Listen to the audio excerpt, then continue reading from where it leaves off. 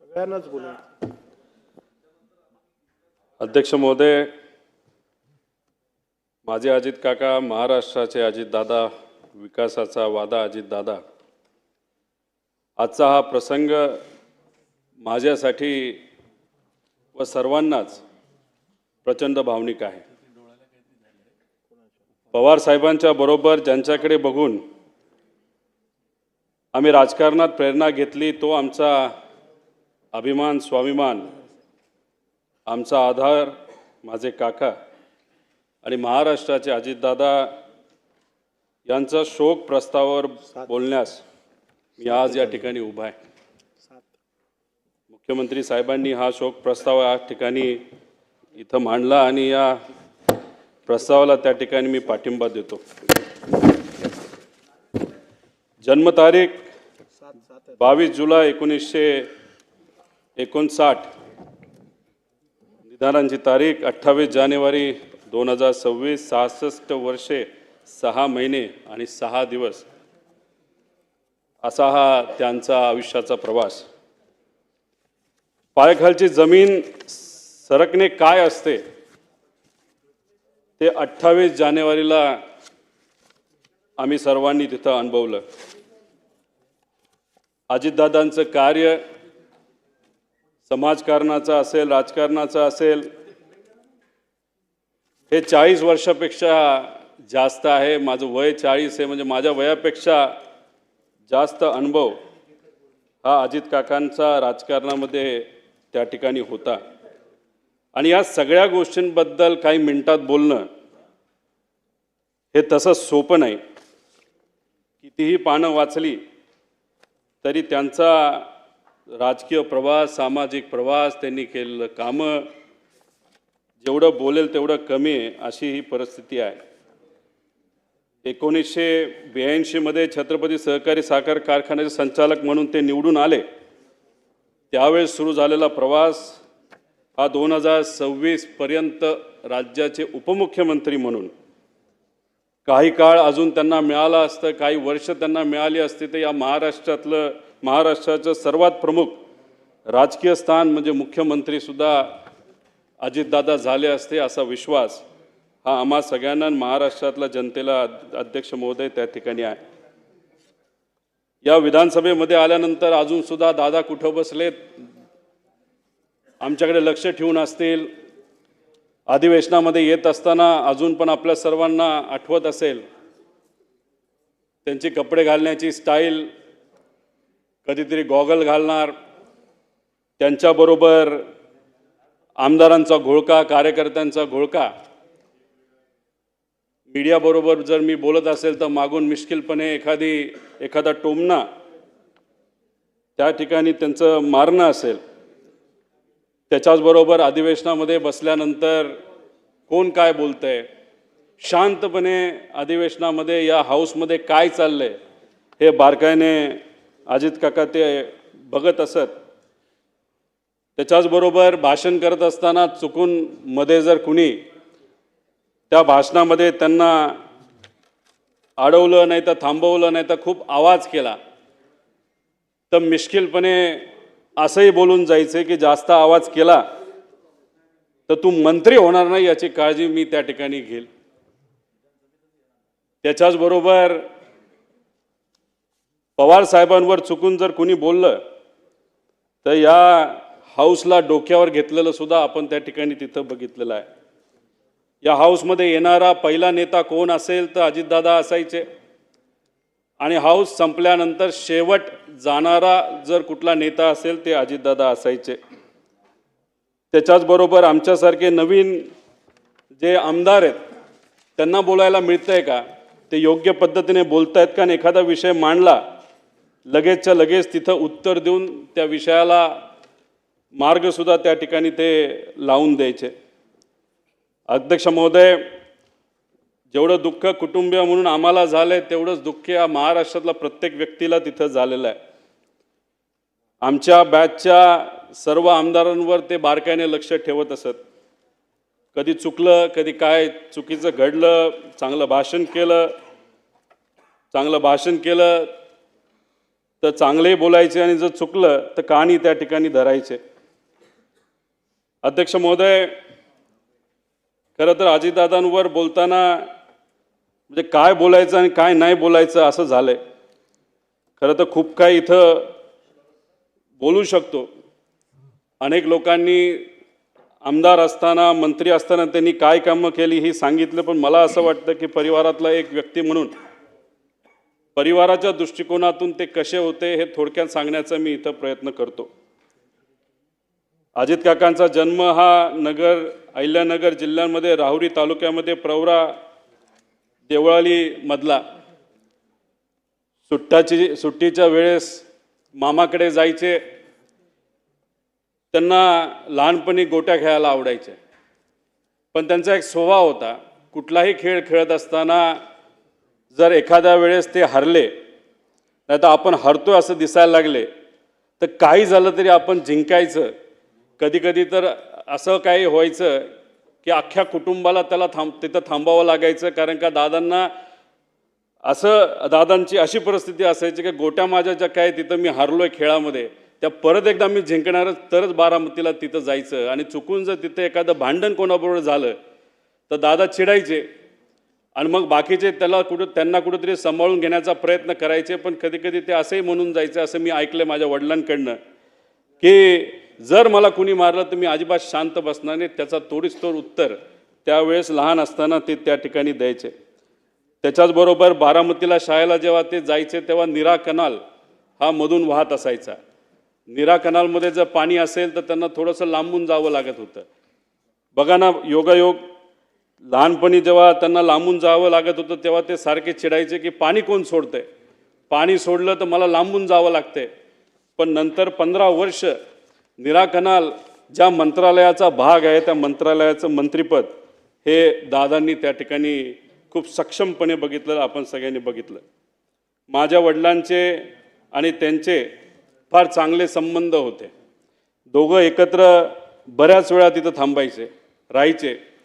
त्या दोघांना कृषी क्षेत्र खूप आवडायचं. एकदा त्यांना चांगली जर्सी गाई घ्यायची होती. दोघांनी ठरवलं चला बँगलोरला आपण जाऊ. दोघं गेले बँगलोरला. पैसे थोडे घरून घेतले होते. तिथं गेल्यानंतर तिथं गाया सगळ्या तिथं निवडल्या. आता कसं जायचं तर बजाजचा एक मोठा टेम्पो असायचा, जो काय ट्रॅक्टर नाही तर गाड्या घेऊन यायचा, त्याच्यामध्ये तो बुक केला, त्याच्यामध्ये गाई ठेवल्या. बँगलोरपासून ते बारामतीपर्यंत मग शेण साफ करणं असेल, दूध काढणं असेल, पाणी देणं असेल, दूध काढलेलं विकणं असेल, या सगळ्या गोष्टी अजितदादांनी आणि माझ्या वडिलांनी तिथं केल्या. आणि हे करत असताना कधी बोलून दाखवलं नाही. सहसा सगळ्यांची सवय असते की आमचं लहानपण कसं होतं, किती अडचणीचं होतं, हे सातत्याने अनेक लोक तिथं बोलून दाखवतात, पण दादांनी कधी ते तिथं बोलून दाखवलेलं नाही.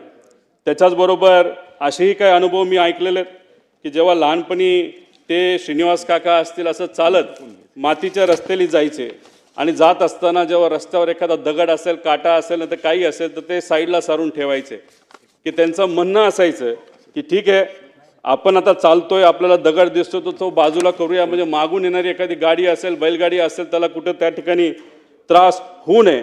म्हणजे दुसऱ्याची काळजी कशी घ्यायची ही लहानपणीपासून दादांनी त्या ठिकाणी जपून ठेवलं होतं. त्याच्याचबरोबर शेतामध्ये जात असताना गाजर गवत असेल नाही तर अजून कुठलं काय असेल तर ते उपटायचं आणि बांधावर काढून ठेवायचं. आणि लहानपणी कोल्हापुरात शहाजी महाराजांच्या शाळेमध्ये, राजश्री शाहू महाराजांच्या शाळेमध्ये त्या ठिकाणी गेल्यानंतर पुरोगामी विचाराचा पगडा त्यांच्या मनावर, ध्यानावर आणि विचारांवर त्या ठिकाणी बसला. अध्यक्ष महोदय, फार लहान म्हणजे कदाचित ते 18 ते 20 वर्षाचे असतील तेव्हा वडिलांचा अकाली निधन त्या ठिकाणी झालं. आणि ते झाल्यानंतर शेतीची पूर्णपणे जबाबदारी काकांवर तिथं आली. आणि त्याच्यामध्ये कष्ट कसे करायचे, शेतीत नवीन प्रयोग कसे करायचे हे कुठं ना कुठंतरी सातत्याने ते तिथं समजून घेत होते. त्याच्याचबरोबर आदिदादांच्या वडिलांचं निधन झाल्यानंतर अनंतराव आजोबा हे वारल्यानंतर पवार साहेबांनी दादांची फार मनापासून काळजी घेतली. स्वतःच्या पोटच्या पोरासारखं त्यांना त्या ठिकाणी वाढवलं. आणि दादांनी सुद्धा पवार साहेबांचा आदर हा शेवटपर्यंत त्या ठिकाणी ठेवला. त्याच्याचबरोबर जसे जसे अजितदादा स्वतःला सिद्ध करत गेले तसे तसे पवार साहेबांनी अधिकची जबाबदारी ही दादांवर त्या ठिकाणी टाकली. शेतीमध्ये बोलत असताना शेतीमध्ये नवीन टेक्नॉलॉजी आपल्याला कशी आणता येईल यासाठी अजितदादा नेहमी तिथं प्रयत्न करत.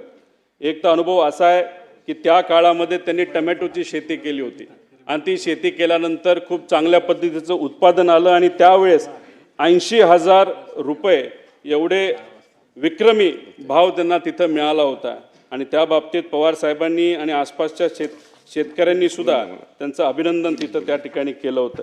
अध्यक्ष महोदय, ह्या सगळे अनुभव का सांगतोय कारण का जेवढं बोलू तेवढं तिथं कमी आहे. शेतकऱ्यांबद्दल अजितदादांना नेहमी आदर असायचा. शेतकऱ्याचा जी एक क्वालिटी असते की काही झालं तरी हार नाही मानायची, हीच क्वालिटी ही अजितदादांमध्ये अध्यक्ष महोदय त्या ठिकाणी होती. अध्यक्ष महोदय, राजकारणामध्ये आल्यानंतर त्यांनी खूप मोठ्या प्रमाणात कामं केलेली आपल्या सगळ्यांना तिथं माहिती आहे. पण राजकारणात येत असताना त्यांचं वय किती होतं तर फक्त 23 वर्षाचं होतं. 1982 त्यांनी श्री छत्रपती सहकारी साखर कारखान्या निवडणुकीमध्ये तिथं डायरेक्टर झाले. तिथून त्यांची तिथं सुरुवात झाली. त्याच्यानंतर जिल्हा सहकारी बँक, शिक्षण संस्था, दूध संस्था, क्रीडा संस्था, खासदार, आमदार, मंत्री, कॅबिनेट मंत्री, विरोधी पक्ष नेते अशा पद्धतीने विविध पदं भूषवली. पण त्या पदं भूषवत असताना खूप मनापासून त्या पदासाठी न्याय देण्याचा प्रामाणिकपणे त्यांनी त्या ठिकाणी प्रयत्न केला. कुठेही असं केलं नाही की मला हे पद मिळालं त्या पदाचा वापर फक्त मला झाला पाहिजे. सकाळपासून संध्याकाळपर्यंत लोकांच्या हितासाठी त्यांनी त्या ठिकाणी काम केलं आणि हे काम करत असताना त्या विभागाचे जे कुठले अधिकारी असतील त्या अधिकाऱ्यांना सुद्धा विश्वासात घेतलं. एखादा चांगला अधिकारी एखादी चांगली गोष्ट सांगत असेल आणि आपण मंत्री आहोत म्हणून त्याचा आवाज बंद करायचा नाही तर त्याला कमी लेखायचं, हे कधी दादांनी तिथं केलेलं नाही आणि त्यामुळेच अधिकाऱ्यांमध्ये सुद्धा दादांबद्दल फार चांगली भावना ही शेवटपर्यंत त्या ठिकाणी राहिली. अध्यक्ष महोदय, त्या दादांकडे जर आपण पदं बघितली तर अनेक मोठी पदं आहेत. त्या पदामध्ये म्हणजे फारच, पण बऱ्याच लोकांनी त्या विषयावर बोलल्यामुळे मी काही जास्त त्याच्यात बोलत नाही. फक्त एकच सांगतो, अजितदादांबद्दल बोलत असताना बऱ्याच लोकांना काही गैरसमजसुद्धा होते. दादांचा स्वभाव खूप कडक आहे असं लोक म्हणायचे, पण मगाशी जसं उदाहरण दिलं, दादा एका फणसासारखे होते, बाहेरून एकदम कडक पण आतून एकदम गोड, तसा त्यांचा तिथं स्वभाव असायचा. पण काही स्वार्थी व्यक्तिगत विषय घेऊन, बेकायदेशीर विषय घेऊन येणाऱ्या लोकांबद्दल मात्र ते चीड करायचे.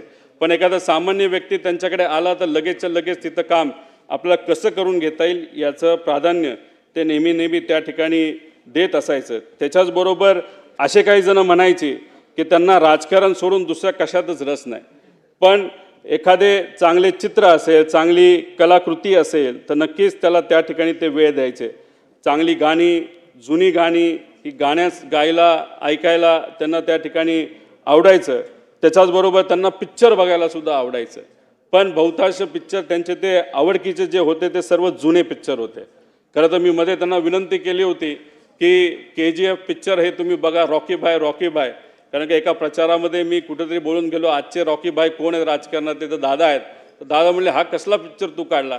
म्हटलं, दादा जेव्हा प्रचार होईल, आपण पिंपरी चिंचवडमध्ये सत्तेत येऊ, त्यानंतर आपण दोघं एकत्रित बसून तो पिक्चर बघू. पण ते स्वप्न माझं जे कुठलं छोटं असेल ते त्या ठिकाणी काही पूर्ण होऊ शकत नाही.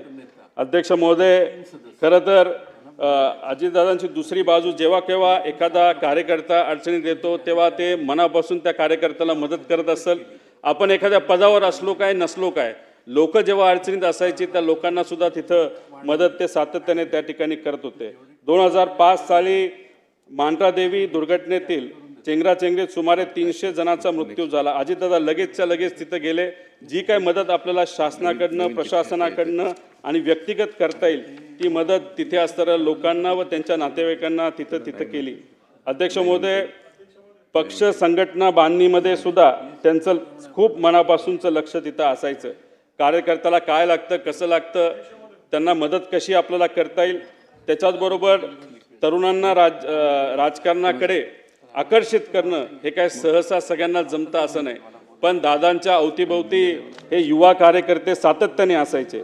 अनेक युवा कार्यकर्त्यांना त्यांनी राजकारणामध्ये संधी दिली, आमदार बनवलं, आमदार झाल्यानंतर त्यांना मंत्री बनवलं. त्यामुळे नवीन कार्यकर्त्याला ताकद देणं हे दादांना खूप मनापासून त्या ठिकाणी माहीत होतं आणि त्यांची ती आवड असायची. निवडणूक कशी लढवावी, कुणाला उमेदवारी द्यावी, कुणाच्या बंडखोरीला छुपा आशीर्वाद द्यावा, सत्तेची मोठ कशी बांधावी, सत्ता कशी मिळवावी, सत्ता कशी टिकवावी आणि सत्ता कशी गाजवावी, हे अजितदादांकडनं आपण सर्वजण शिकू शकतो.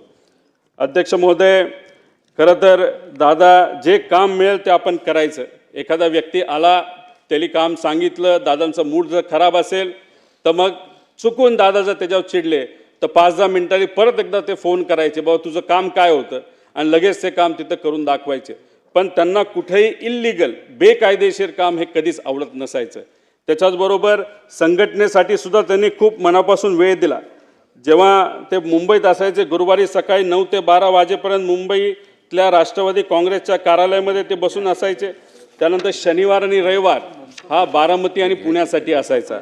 मुंबईत जेव्हा अजित काका तिथं बसलेले असायचे, चुकून एखादा बारामतीचा कार्यकर्ता जर मुंबईत आला तर प्रेमाने त्याला सांगायचे, जेव्हा मी बारामतीत असेल तेव्हा तू तिथे ये, आता इथं येऊ नको, महत्त्वाचं काम असेल तर मी इथं करतो, थोड्या दिवस तू थांबायला काय तुला काय हरकत नाही. त्यामुळे वेळेचं योग्य असं नियोजन, समजा एखादी बैठकीची वेळ त्यांनी दिली असेल सकाळी 7ची तर 7ला बैठक चालू व्हायची, 7 ते 10 मिनिटाचा वेळ असेल तर 10ला ती संपायची म्हणजे संपायची. तिथं जाऊन उगाच दुसऱ्या गोष्टी बोलून चालत नसायचं. काम काय, अधिकाऱ्याला विचारायचे, हो होऊ शकतं का, होऊ शकत असेल तर कसं होणार, करायचं असेल तर कसं होणार, किती दिवसात होणार. म्हणजे एवढ्या कमी वेळात, म्हणजे आपण मंत्र्यांकडे जर आज बघितलं आणि त्यांच्या कार्यपद्धतीकडे बघितलं तर दादा एकुलता एक कदाचित मंत्री असा असेल की त्यांनी दिवसा 30 ते 40 बैठका घेतल्या असेल, वेळेत त्या तिथं संपवल्या असतील. आणि दादाने एक वेगळा पायंडा या राजकारणामध्ये काढला होता. सहसा आपण जर बघितलं तर बरेच नेते हे तोंडावर आपल्याला गोड बोलतात पण नंतर ते काम कधी होत नसतं. पण दादाने एक नवीन पायंडा सुरू केला होता या महाराष्ट्राच्या राजकारणामध्ये. होणार असेल तर लगेच सांगायचं करतो, फोन लावणार, आणि होणार नसेल तर होणार नाही. त्यामुळे लोकांचा वेळसुद्धा अध्यक्ष महोदय त्या ठिकाणी वाचायचा. त्याच्याचबरोबर मंत्री म्हणून जे सिंचन क्षेत्रातलं काम त्यांनी खूप मोठ्या प्रमाणात केलं. पाटबंधारे मंत्री असताना सुद्धा त्यांनी खूप मोठ्या प्रमाणात कामं केली. विदर्भासाठी, मराठवाड्यासाठी, पश्चिम महाराष्ट्र, कोकण, उत्तर महाराष्ट्र यासाठी त्यांनी तिथं काम केलं. पाणी पुरवठा मंत्री असताना सुद्धा त्यांनी खूप मोठ्या प्रमाणात कामं केली. अर्थमंत्री म्हणून तर एकदम शिस्तीचे मंत्री आणि अर्थमंत्री म्हणून त्यांची तिथं ओळख आहे. 11 वेळा त्यांनी बजेट तिथं सादर केलं आणि ते करत असताना काटकसरीने आपल्याला राज्याची तिजोरी ही कशा पद्धतीने त्या ठिकाणी त्याचं नियोजन करता येईल हे दादांनी आपल्या सर्वांना दाखवून दिलं. करोना काळामध्ये आर्थिक अडचण असताना सुद्धा योग्य असं नियोजन करून या महाराष्ट्राचं जे आर्थिक घडी आहे ती त्या ठिकाणी बसवलेली आपण सर्वांनी तिथं बघितली. जिल्हा नियोजन समितीला भरघोस निधी दिला, आमदार निधीमध्ये मोठ्या प्रमाणात वाढ केली आणि ह्या सर्व गोष्टींमुळे या महाराष्ट्राच्या विकासासाठी खूप मोठ्या प्रमाणात मदत त्या ठिकाणी झाली. त्याच्याचबरोबर ऊर्जा मंत्री असताना सुद्धा त्यांनी अशी कधी परिस्थिती आणली नाही की आपल्याला ट्रान्सफॉर्मर पाहिजे, आपल्याला त्या ठिकाणी DP पाहिजे आणि DP तो MSEBकडे नाही आहे. तिथं एवढं पैशाचं नियोजन चांगल्या पद्धतीने केल्यामुळे कोणालाही कुठल्याही शेतकऱ्याला त्या ठिकाणी अडचण झाली नाही. त्याच्याचबरोबर महावितरण, महापरेशन आणि महाजेनको या तिन्ही कंपन्या आर्थिक दृष्टिकोनातून सबलीकरणाकडे दादांनी त्या ठिकाणी नेला. क्रीडा क्षेत्रात तर त्यांचं काम मोठंच आहे. पण मला फक्त एक गोष्ट या ठिकाणी सांगायची की दादांबरोबर असताना जेव्हा दादांवर बिनाबुडाचे त्या ठिकाणी काही गोष्टी बोलल्या जायचे तेव्हा दादांना खूप मोठ्या प्रमाणात वाईट वाटायचं. जनतेच्या विकासाचं राजकारण करत असताना दादांवर नको ते आरोप झाले. ज्या दादांनी आयुष्यभर स्वच्छतेचा अग्र धरला त्यांच्या अंगावर आरोपाचे डाग उडवले गेले. त्यावेळी दादा किती अस्वस्थ व्हायचे हे आम्हा सगळ्यांना त्या ठिकाणी माहिती. विशेष म्हणजे यातील एकही आरोप या मंडळींना सिद्ध करता आला नाही. उलट ज्यांनी त्यांच्यावर आरोप केले त्यांनीच नंतरच्या काळामध्ये त्यांची प्रशंसा केलेली आपण सर्वांनी बघितली. मी खरं तर विनंती करतो की आज दादा आपल्यामध्ये नाही आहेत.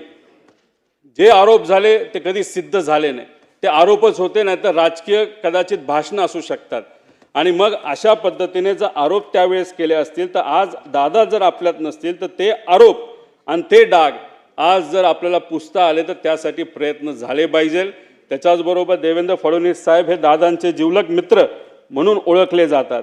त्यांना मी विनंती करतो की हे जे खोटे सगळे आरोप आहेत एका गठोड्यात तिथं भरून या समुद्रामध्ये जर टाकून दिले तर मग मला असं वाटतं की त्यांना ती आदरांजली, खऱ्या अर्थाने आदरांजली असं आपल्याला कुठेतरी म्हणावं लागेल. अध्यक्ष महोदय, बाकी संस्थेमध्ये पण त्यांचं कार्य खूप मोठं होतं. काकांनी PDCC बँक असो, विद्या प्रतिष्ठान असो, VSI, PDEA अशा इतर संस्थांमध्ये सुद्धा खूप चांगल्या पद्धतीने काम केलं. PDCC बँकेचं नाव हे अख्ख्या भारतामध्ये फार आदराने कोऑपरेटिव्ह सेक्टरमध्ये तिथं घेतलं जातं. अजितदादा आणि बारामतीचं नातं फारच वेगळं आहे. दादा बारामतीवर खूप मनापासून प्रेम करायचे आणि बारामतीकर दादांवर खूप मनापासून प्रेम करायचे. तिथं गेल्यानंतर कुठलाही विषय असेल तर दादा लगेचच्या लगेच तिथं लोकांचा सोडवायचे. झाडाकडे जेवढं लक्ष असायचं तेव्हा झाडाच्या फांद्यांकडे सुद्धा लक्ष असायचं. एखाद्या गावामध्ये काय कुठली अडचण आहे, कोणाची अडचण आहे, कशा पद्धतीने आपल्याला काम करता येईल, ॲडमिशनचा विषय आहे का, MIDCचा विषय आहे का, नोकरीचा विषय आहे का, लाईटचा विषय आहे का, एवढा मोठा नेता असताना, या राज्याचा उपमुख्यमंत्री असताना सुद्धा एखाद्या व्यक्तीला, बारामतीच्या एखाद्या व्यक्तीला एखादा विषय सांगितला, एखादी अडचण सांगितली तरी लगेचच्या लगेच ती आपल्याला कशी सोडून देता येईल याचा प्रयत्न हा अजितदादाने तिथं केला. बारामती पॅटर्न काय असतं हे पवार साहेबांच्या विजनली अजितदादांनी त्या ठिकाणी सगळ्यांना दाखवून दिलं. अहो, विरोधक सुद्धा बोलत असताना भाषणात सांगतात की आम्ही या भागामध्ये बारामती करून दाखवतो. असा एक पॅटर्न हा अजितदादांनी अख्ख्या महाराष्ट्राला सोडा अख्ख्या देशाला तिथं त्या ठिकाणी करून दाखवला. तसंच काहीतरी पिंपरी चिंचवडमध्ये सुद्धा विकासाच्या माध्यमातून तिथं चांगल्या गोष्टी केलेल्या आपण सर्वांनी तिथं बघितल्या. अध्यक्ष महोदय, किती कमिटेड होते दादा काका हे मी तुम्हाला एका उदाहरणाच्या माध्यमातून तुम्हाला सांगतो. पुणे जिल्हाधिकारी कार्यालयाचं उद्घाटन 2014 मध्ये झालं. ही बिल्डिंग कुणी मान्य केली होती तर दादांनी त्याची मान्यता दिली होती. डिझाईन त्यांनी बघितलं होतं. तिथं कॉन्ट्रॅक्टर जो काही कॉम्पिटिटिव्ह बिडिंगच्या माध्यमातून आला होता, त्यानंतर आर्किटेक्टपासून सगळ्या गोष्टी दादांनी बघितल्या होत्या. फक्त 2014ला सत्ता बदलली आणि त्या बिल्डिंगच्या उद्घाटनासाठी दादांना बोलवलं गेलं नाही. पण तरीसुद्धा बिल्डिंगचं उद्घाटन होणार आहे, CM आणि इतर नेत्यांच्या माध्यमातून होणार आहे. दादा आदल्या दिवशी रात्री गेले, अधिकाऱ्यांना बोलवलं, आर्किटेक्टला बोलवलं, कॉन्ट्रॅक्टरला बोलवलं. कुठं काय चुकीचं आहे का, कुठं काय साफसफाई राहिली का, ह्या सगळ्या गोष्टी त्यांनी बघितल्या. एवढी कमिटमेंट ही अजित काकांची, अजितदादांची तिथं आपण सर्वांनी या महाराष्ट्राच्या राजकारणामध्ये तिथं बघितली. अध्यक्ष महोदय, 2 मिनटं फक्त राहिले. मी आणि अजितदादा म्हणजे फार आमचं जवळचं नातं होतं. माझ्या जीवनामध्ये मला जिल्हा परिषदेचं म्हणजे राजकारणातलं पहिलं तिकीट जर कुणी दिलं असेल तर ते अजित काकांनी दिलं. आमदारकीचं तिकीट जर कुणी दिलं असेल तर ते माझ्या काकांनी तिथं मला दिलं. आमच्या परिवारामध्ये आमचे जे काका असतात ते पुतण्याचं लग्न तिथे ठरवतात. पवार साहेबांनी काकांचं ठरवलं आणि माझ्या काकांनी माझं तिथं ठरवलं आणि ती गोष्ट कधी मी आयुष्यात विसरणार नाही. माझे होणारे सासरे त्यांना भेटायला गेले होते आणि त्यांनी विचारलं होतं माझी मुलगी रोहितला मी देणार आहे, त्याबद्दल तुमचं काय मत आहे. 1 सेकंड सुद्धा त्यांनी तिथं लावला नाही. म्हणाले की होतकरू मुलगा आहे, कष्टाळू मुलगा आहे, विजन घेऊन चालतो, लगेचच्या लगेच तिथं लग्न करून टाक. आणि स्वतः आजारी असताना सुद्धा काका तिथं लग्नाला आले होते आणि तिथं आदरातिथ्य जर तुम्ही बघितलं तर त्यांच्याच मुलाचं लग्न आहे अशा पद्धतीने त्या दिवशी ते तिथं वावरत होते आणि त्या पद्धतीने त्यांनी तो आशीर्वाद तिथं मला दिला. अहो, जेव्हा पक्ष वेगळा झाला तेव्हा काही प्रमाणात दादांकडनं साहेबांबद्दल काही गोष्टी बोलल्या गेल्या असतील, आम्ही तिथं बोललो गेलो असेल. पण काही दिवसांपूर्वी जेव्हा काका आणि आम्ही सर्वजण बारामती हॉस्टेलला भेटलो होतो, आम्ही तिथं सातत्याने चर्चा करत होतो. गेल्या काही महिन्यांमध्ये दादांबरोबर फार जवळून काम करण्याची तिथं संधी मला मिळाली. एक विकास लवांडे नावाचा कार्यकर्ता आहे. अजितदादांवर अतिशय जहाल पद्धतीने त्यांनी टीका केली होती जेव्हा पवार साहेबांना सोडलं होतं. तेव्हा ते विकास लवांडेंना काही 1.5 महिन्यापूर्वी दादांना भेटवलं. दादा हे विकास लवांडे. तेव्हा दादांनी सांगितलं मीच त्याला पक्षामध्ये आणलं. अहो दादा, तुमच्या विरोधात त्यांनी खूप काय बोलले म्हणतो, तुम्हाला भेटायला घाबरतोय. तेव्हा दादा म्हणाले, अरे तू बोलला हे बरोबर आहे, पण मी पण बोललो होतो ना पहिलं दुसरं भाषण, त्यामुळे मी पण चुकलो, तू पण चुकला, आता काय नाही, आता आपल्याला एकत्र एका विचाराने त्या ठिकाणी काम करायचं. अशा मोठ्या मनाचे हे माझे काका त्या ठिकाणी होते. त्याच्याचबरोबर अध्यक्ष महोदय, शेवट काही गोष्टी बोलत असताना प्रशासनावर वचक असणारा नेता गेला, जाती धर्माच्या पलीकडे काम करणारा नेता गेला, सूर्याशी स्पर्धा करणारा नेता गेला, सूर्य उगवण्याआधी कामाला सुरुवात व सूर्य मावळल्यानंतर काम बंद करणारा नेता गेला.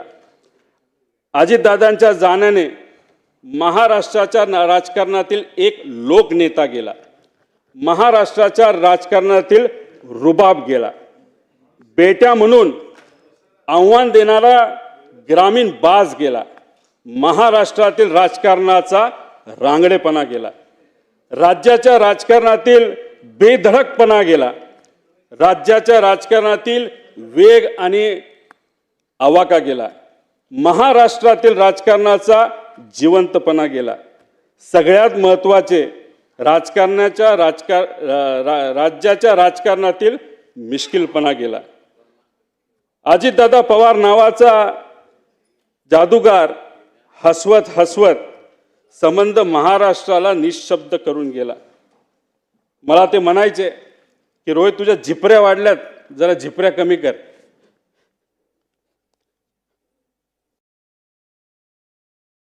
त्या दिवशी एक आदरांजली म्हणून तिथं मी माझे केस कापले. ते मला म्हणायचे, तू जरा शारीरिक वजन वाढले, तू जरा शारीरिक वजन कमी कर, पण राजकीय वजन वाढव. मी नुसतं म्हणायचो हो करतो, पण मी त्यांना शब्द देतो की माझी हेअरस्टाईल मी अशीच ठेवेल, शारीरिक वजन कमी करेल, राजकीय वाढवेल, पण एक गोष्ट मात्र खरी. ते मला म्हणायचे, वरचं बटन वरपर्यंत लावत जा, पण काकांना एक सांगायचं, 40-50 वर्षानंतर मी जेव्हा तुम्हाला भेटेल तोपर्यंत मी बटन असंच उघडे ठेवणार, त्यावेळेस मात्र तुम्हाला भेटल्यानंतर हे बटन मी त्या ठिकाणी लावेल, कारण का शेवटी हे बटन असं ठेवल्यानंतर तुमची आठवण त्या ठिकाणी मला नक्कीच त्या ठिकाणी येईल. पण एक गोष्ट अजून आहे, 40-50 वर्षांनी जेव्हा अजित काकांची माझी भेट होईल, तेव्हा हा माझा लढा जो मी आत्ता त्या ठिकाणी लढत आहे आणि अख्खा महाराष्ट्र त्या ठिकाणी लढत आहे, तेव्हा अजित काकांसमोर ताट मानेले मी तिथं उभा राहील. आणि नक्कीच माझे काका माझ्या पाठीवर हात ठेवून म्हणतील, लढलास बरं का. आणि या गोष्टी ऐकण्यासाठीच हा जो छोटासा लढा पण महत्त्वाचा लढा त्या ठिकाणी मी व सर्वांनी तिथं हातात घेतलाय, तो पूर्ण केल्याशिवाय राहणार नाही. आणि दादांच्या अपघातात जो कोणी जबाबदार असेल, जो कोणी दोषी असेल, त्याला तुरुंगात टाकल्याशिवाय आणि शिक्षा दिल्याशिवाय आम्ही तर त्या ठिकाणी शांत बसणार नाही. तो कितीही मोठा असला आणि कुणी काय असलं तरी आम्ही घाबरणार नाही. त्याच्याचबरोबर मला काकींना या ठिकाणी सांगायचं, काकी तुमच्या राजकीय पुढच्या प्रवासामध्ये या छोट्या कार्यकर्त्यांचं तुमच्या या पुतण्याचं जिथं कुठं तुम्हाला मदत लागेल ती मदत करण्यासाठी मी सदैव त्या ठिकाणी तयार असेल. एवढंच या ठिकाणी सांगतो, जेवढं बोलेल तेवढं कमी आहे. पण आमच्या या काकांच्या विचारावर, काकांच्या स्टाईलनी मी नक्कीच येणाऱ्या काळामध्ये लोकांच्या हितासाठी, महाराष्ट्राच्या हितासाठी त्या ठिकाणी काम करत राहील. धन्यवाद. रामकृष्ण. श्रीमती आदिती तटकरे.